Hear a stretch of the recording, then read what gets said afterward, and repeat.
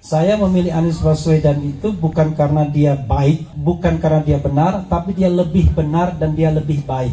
Karena kalau dia baik dan benar itu, saya takutnya absolut. Karena tidak ada manusia yang absolut baik dan benarnya. Tetapi segala sesuatu itu harus in comparison. Jadi harus ada komparatif perspektifnya. Jadi karena calonnya itu kemungkinan insya Allah cuma 3, ya.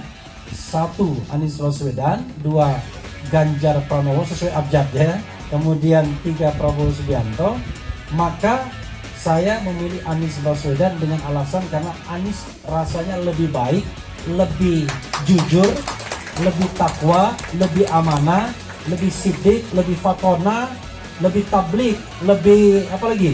Fatona ya, cerdas, kemudian sidik, lurus, kemudian tablik, menyampaikan, amanah, bisa dipercaya, trusted.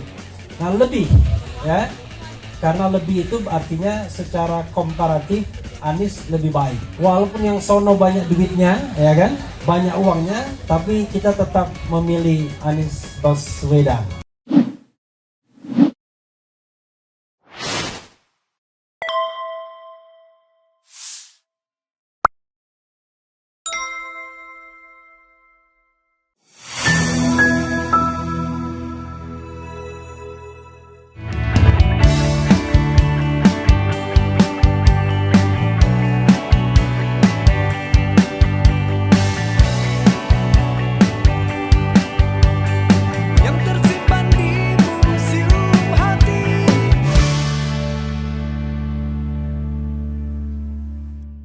Jadi tadi lagu yang diadaptasi dari lagu Ganti Presiden. Jadi syairnya saya ubah untuk kepentingan Anies Baswedan. Karena awalnya kan Jokowi kan, salah satu syairnya itu, terima kasih Mr. Jokowi, 10 tahun zonder prestasi. Jadi orang kok terima kasih sama Jokowi, ujungnya zonder prestasi ya. Kalau orang tua tahu zonder itu apa ya, tahu ya. Tapi kalau anak muda nggak tahu zonder itu apa. Jadi saya sampai jam berapa disuruh ngomong di sini? Sampai jam berapa pun saya bisa, asal kepala nggak keliengan. Berapa? 10.15 ya. Jadi ibu-ibu dan bapak sekalian, saya ingin memulai dengan konten saya kemarin, di mana ada seorang calon presiden yang diinterview, diwawancarai oleh Najwa Shihab. Dengan keyakinan penuh katanya dia yakin kalau 2024 akan menang ya. Jangan aminkan ya, jangan aminkan. Karena dia sudah belajar politik dari guru politiknya ya. Guru politik yang mengalahkan dia 2 kali. Saya bilang belajar apa? Belajar K titik. Apakah belajar kepemimpinan, leadership, ataukah belajar kecurangan, ya kan? Kalau belajar kecurangan ya kita juga bisa menang ya.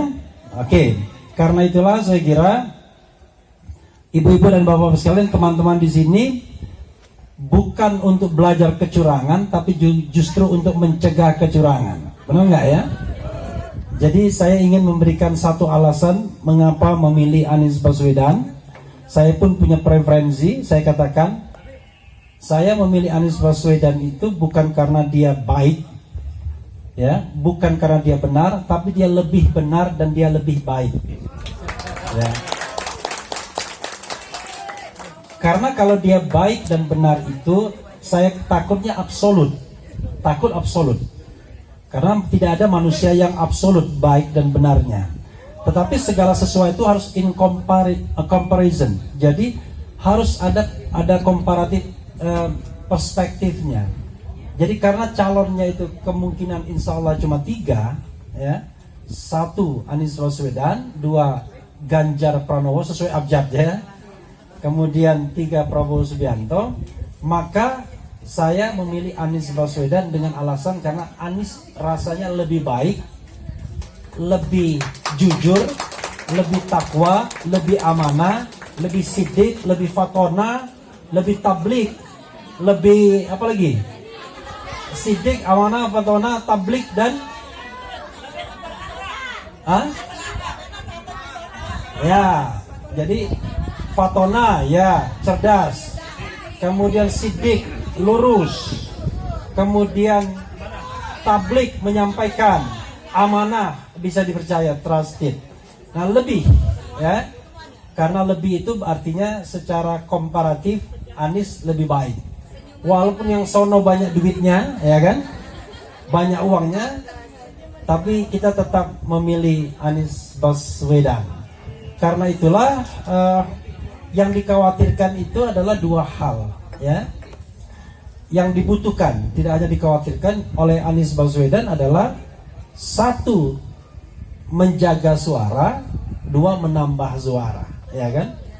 Jadi tidak ada gunanya kalau suaranya banyak, tapi kemudian yang menentukan kemenangan itu bukan rakyat atau voters atau pemilih, tetapi yang menentukan kemenangan itu adalah Komisi Pemilihan Umum pada pukul 2 dini hari. Itu yang bahaya. Jadi nggak ada gunanya kita memilih Anies Baswedan, tiba-tiba yang keluarnya G atau P, padahal kita pilih A. Nah, itulah makanya kita berada di sini untuk menjadi relawan yang mengawasi pemilihan umum, dan itu adalah tugas kewargaan, tugas konstitusional. Jadi warga negara memang diminta partisipasinya untuk mewujudkan pesan konstitusional, yaitu pemilu yang jurdil, yang luber dan jurdil, langsung, umum, bebas, rahasia, jujur dan adil. Kalau luber dan jurdil, insya Allah Anies Baswedan yang akan muncul sebagai pemenang. Karena kita menginginkan, mumpung ada Abuya di sini, kita menginginkan pemimpin yang tidak hanya membawa pesan bumi, tapi juga membawa pesan langit. Nah, kadang-kadang kita ngapain kita bawa-bawa agama di dalam pemilu? Kita ini hidup di dunia untuk mati, ya kan? Suatu saat kita harus menghadap Yang Maha Kuasa, dan karena itu kita harus mempertanggungjawabkan apa yang kita pilih, ya kan? Dan ternyata memilih pemimpin itu adalah bagian dari tanggung jawab kita sebagai makhluk Allah Subhanahu wa Ta'ala. Karena 2014 hanya 2 calon yang itu aja, ya kan? Kalaupun dibalik, kayaknya dibohongi juga kita, ya kan? 2019 itu lagi, karena sengaja didesain agar tidak ada calon yang baru, sudah measurable, tertakar siapa yang akan menang dan siapa yang akan kalah. Nah, kita tidak ingin pemimpin seperti itu yang muncul dari skenario kecurangan. Saya yakin Abuya ya, pemimpin yang mendapatkan mandat dengan kecurangan tidak akan diridhoi oleh Allah Subhanahu wa Ta'ala. Bagaimana dia memimpin untuk memakmurkan Indonesia kalau dia mendapatkan kepemimpinan dengan cara yang curang? Apakah kecurangan itu sudah terlihat? Sudah. Kita misalnya mendapatkan berapa kali bagi-bagi sembako dan amplop itu. Kata Bawaslu, nggak bisa kami menindak mereka karena kan mereka bukan peserta pemilu. Ini Bawaslunya pura-pura bodoh ini, atau bodoh betul saya nggak tahu, ya kan? Yang jelas kemarin pingsan dia. Di Hari Bayangkara pingsan. Teman saya juga Rahmat Bagja ya. Jadi kenapa saya bilang gini, yang namanya hukum itu ya tidak bisa kita tegakkan hanya dengan sekedar standar yang biasa saja. Standarnya harus luar biasa. Apa standar luar biasa itu? Begini, saya ingin kasih jalan misalnya buat Bawaslu, dan saya ingin ngomong nanti di channel saya ya. Ketika calon atau bakal calon, atau katakanlah kandidat, karena bakal calon pun belum sesungguhnya, itu dalih Bawaslu untuk mengatakan mereka tidak bisa menindak, itu membagi-bagikan sembako atau amplop. Kira-kira ditanya motivasinya apa? Apakah motivasinya karena Allah Subhanahu wa Ta'ala? Ya kan? Ataukah apa? Karena kalau motivasinya karena Allah Subhanahu wa Ta'ala, pasti nggak dikasih logo, tidak dikasih warna. Logo nggak boleh katanya, karena logo akan menunjukkan bahwa partai X melakukan curi start kampanye dan melakukan pelanggaran pemilu, karena dia sudah bagi-bagikan angpau atau bagi-bagikan sembako karena dia sudah menjadi peserta pemilu. Tapi warna itu kan juga identik. Masa Bawaslu tidak bisa menangkap kalau itu bagian dari kampanye? Paling tidak, setidak-tidaknya bagian dari kampanye partai politik yang sudah ditetapkan sebagai peserta pemilu, sehingga dia terikat pada aturan main kepemiluan. Ya kan? Kok mudah sekali sebenarnya kan? Kita tinggal konfrontir. Lalu dia bersidang, dia kasih sanksi. Yang kedua, selain soal warna dan lain sebagainya, yang kedua, kalaupun belum musim pemilu, tetapi dia sudah dan secara sengaja menggunakan instrumen kepemiluan. Apa instrumen kepemiluan yang dia pakai, yang dia gunakan? Membujuk pemilih untuk memilih walaupun silent. Ya kan? Kan nggak mungkin dia tidak punya motif. Saya kasih kepada pemilih, kepada masyarakat, walaupun saya tidak ngomong pilihlah saya, tapi kan itu kan kode. Ya kan? No free lunch, tidak ada makan siang yang gratis dalam politik. Nah, kecurangan itu sudah terlihat. Calon yang satu lagi mengumpulkan babinsa seluruh, nggak tahu seluruh apa, dikasih satu-satu amplop, isinya 1 juta rupiah per amplop. Ratusan orang yang datang, kira-kira berapa ratus juta atau berapa miliar dia keluarkan, entah dari kantong sendiri atau kantong temannya atau kantong negara, kita nggak tahu. Ya kan? Coba bayangkan. Lalu masyarakat yang diberikan itu merasa bahwa wah, inilah ratu adil. Ya kan?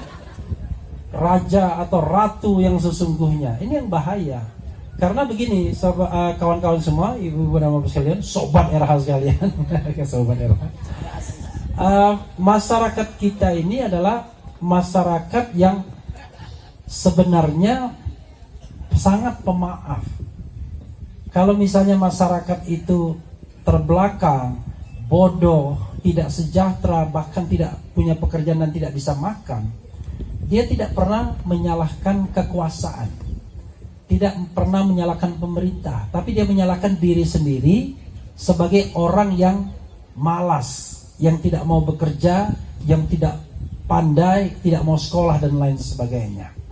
Jarang melihat ini sebagai persoalan atau permasalahan struktural, bahwa kebodohan, keterbelakangan, kemiskinan itu bukan hanya disebabkan faktor internal, tapi juga faktor eksternal.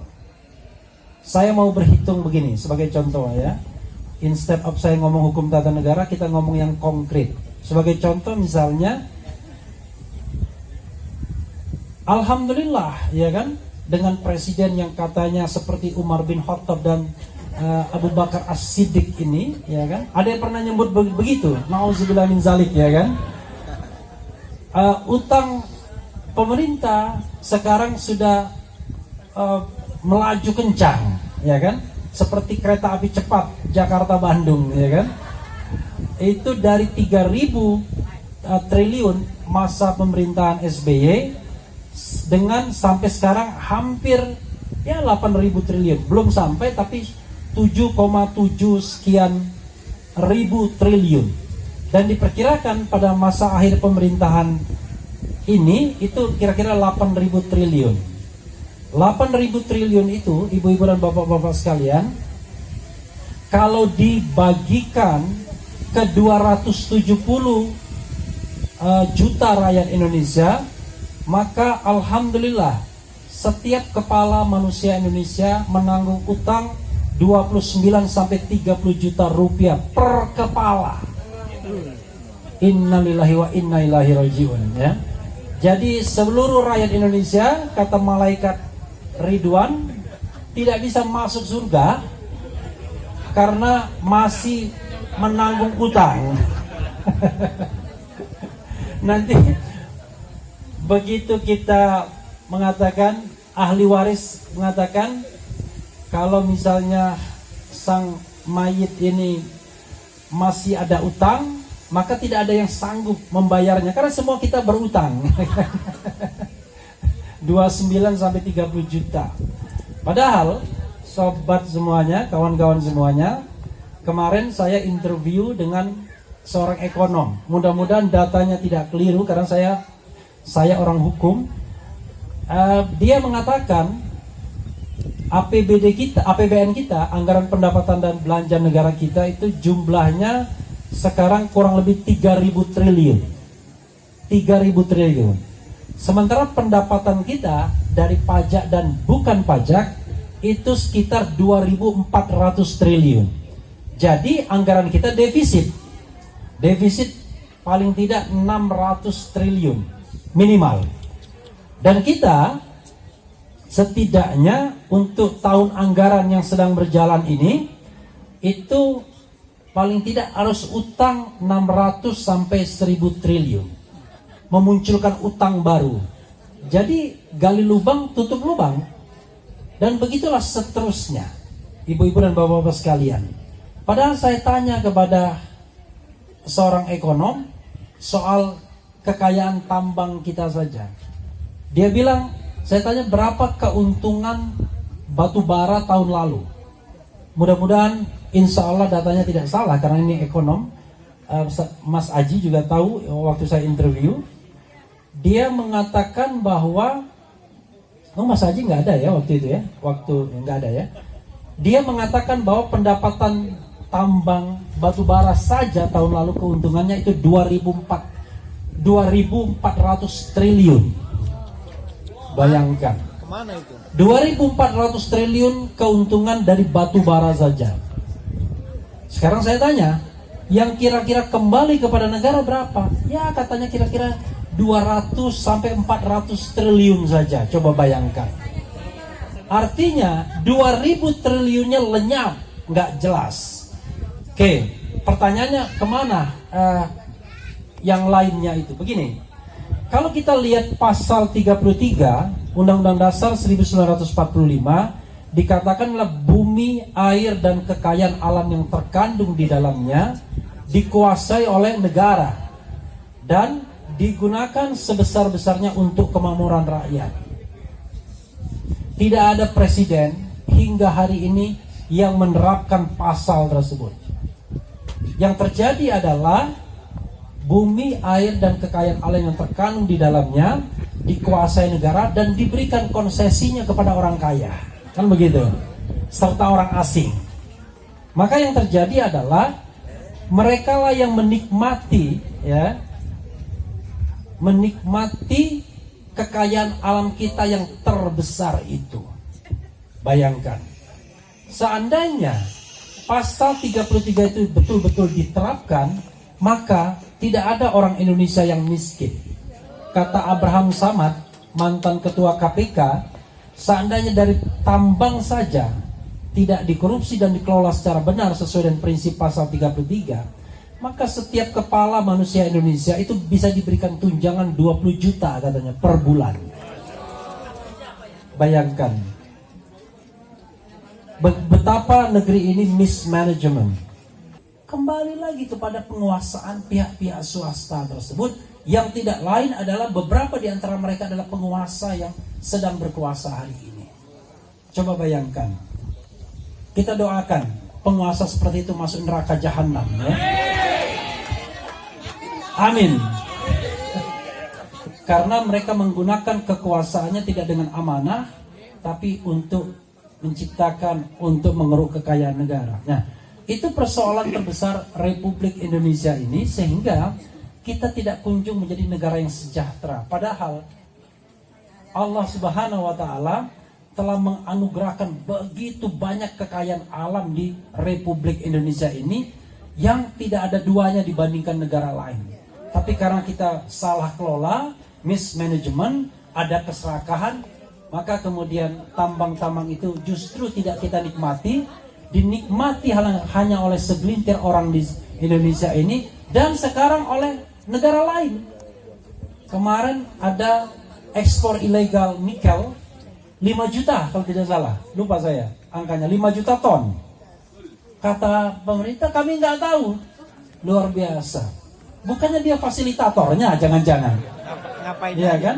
Makanya Faisal Basri, seorang ekonom, dengan marah mengatakan 90% keuntungan nikel itu katanya tidak dinikmati kita, tapi dinikmati oleh negara lain, oleh China. Tapi saya bilang China di sini negara lain ya, bukan Tionghoa. Tionghoa saudara kita di sini, tapi China negara lain, biar kita tidak salah. Bayangkan. Dan Faisal Basri dengan geram mengatakan tidak ada negeri yang setolol Indonesia ini katanya. Bayangkan. Karena presidennya. Tapi saya mengatakan sebenarnya yang tolol itu kita. Lebih baik kita memaki diri kita sendiri. Kenapa kita memilih pemimpin seperti itu? Itu soalnya. Jadi yang tolol kita sesungguhnya. Karena bisa jadi mereka nggak rugi, ya kan? Mereka menggunakan politik Alibaba, bisnis kong kali kong dan lain sebagainya.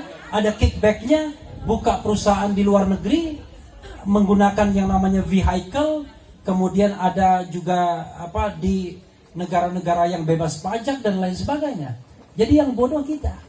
Yang bodoh adalah rakyat Indonesia yang 270 juta karena kurang pandai memilih pemimpin, tergiur hanya karena sembako, hanya karena uang. Karena itu ibu-ibu dan bapak-bapak sekalian, tugas kita adalah menjadi bagian dari sebuah proses yang mudah-mudahan diridhoi oleh Allah Subhanahu wa taala untuk menjadikan negara ini surga di bumi dengan memilih pemimpin yang lebih baik, lebih benar. Insya Allah Anies Baswedan. Wassalamualaikum warahmatullahi wabarakatuh.